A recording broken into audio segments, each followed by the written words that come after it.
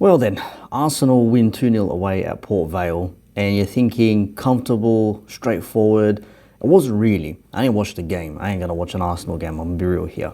But the lineup, I think, is where a lot of Arsenal fans are thinking it probably should have been more of a damaging scoreline, not 2-0, scoring in the 8th and then scoring late in the game as well.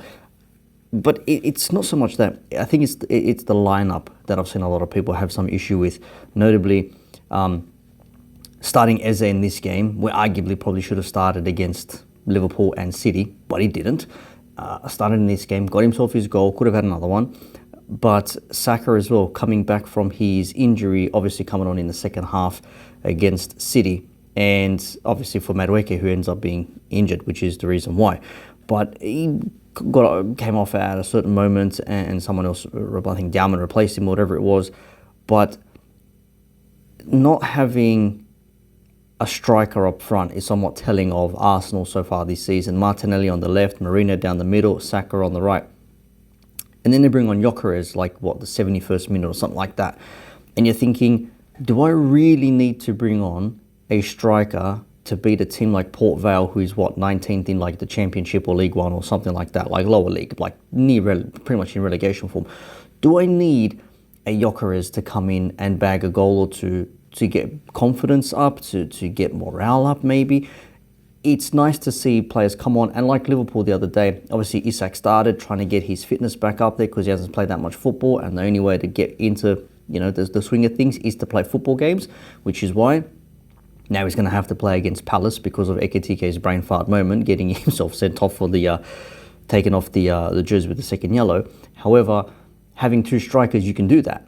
You can start one, take them off, bring on the other. I get it. There's always a risk that something may happen, a player gets injured, or they have a brain fart moment and they get sent off, which happened to Ekitike.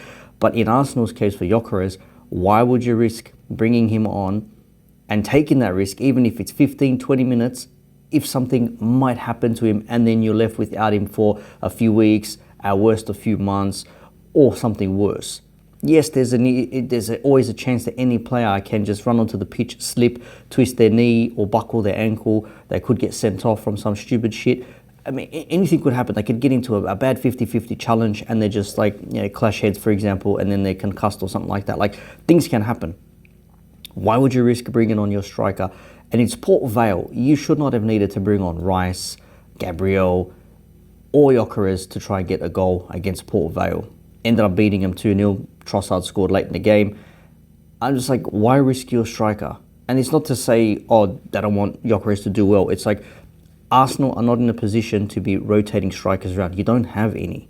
That's the problem. You started Marino up front against Port Vale. That should tell you everything you need to know already about a striker situation.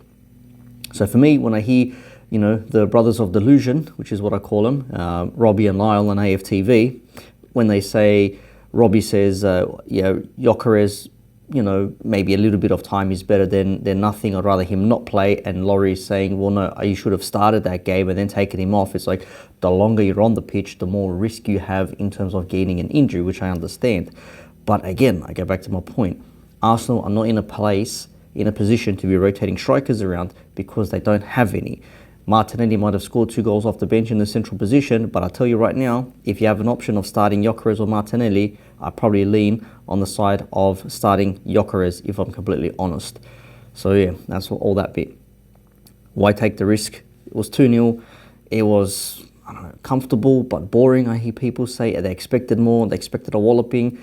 And look, Gyökeres might have had himself a goal as well. Apparently there was a one-on-one that was missed.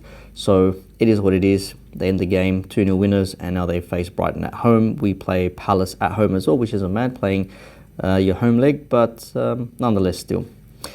Yeah, that's all it was.